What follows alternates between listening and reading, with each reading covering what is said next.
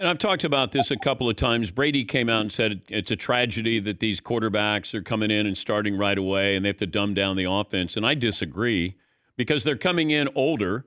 A lot of them have played at a couple of different schools. All your recent Heisman Trophy winners have played at a couple of schools. You're coming in, it feels like you already got money from NIL, so you've been a professional before being a professional. So I don't look at it the way it was when Tom came in. I think it's different. Your thoughts?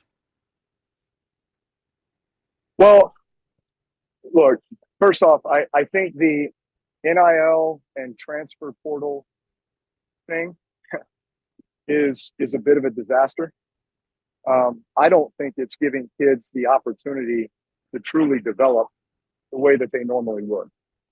I think too often guys are in situations where if they don't get what they want, if they're getting coached too hard, or if they face a little bit of adversity, they just jump ship. I don't think that's the message that we want to send to young people, especially our future leaders. I think, look, there's no better example than the game we just saw on Sunday against LSU and USC, right? You got Miller Moss and was it Garrett Nussmeier, right? Two guys who have had to sit for a couple of years at USC and LSU respectively. Very easily could have transferred out. Others did, right? And have bounced around quite a bit. Those guys chose to stick it out, sat behind a couple Heisman winners, playing for some great coaches in some great systems.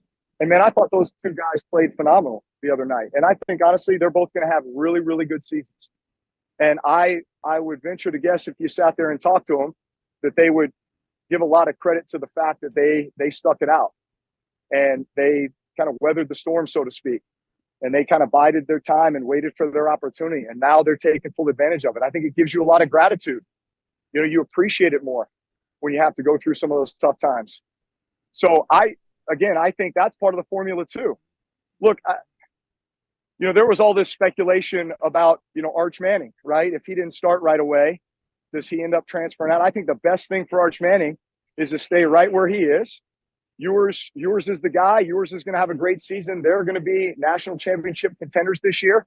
And then Arch Manning is going to get his opportunity as a third-year player. And guess what? He's going to be ready, right? So I hope that guys are watching and learning from some of the examples that are being set by some of these other guys.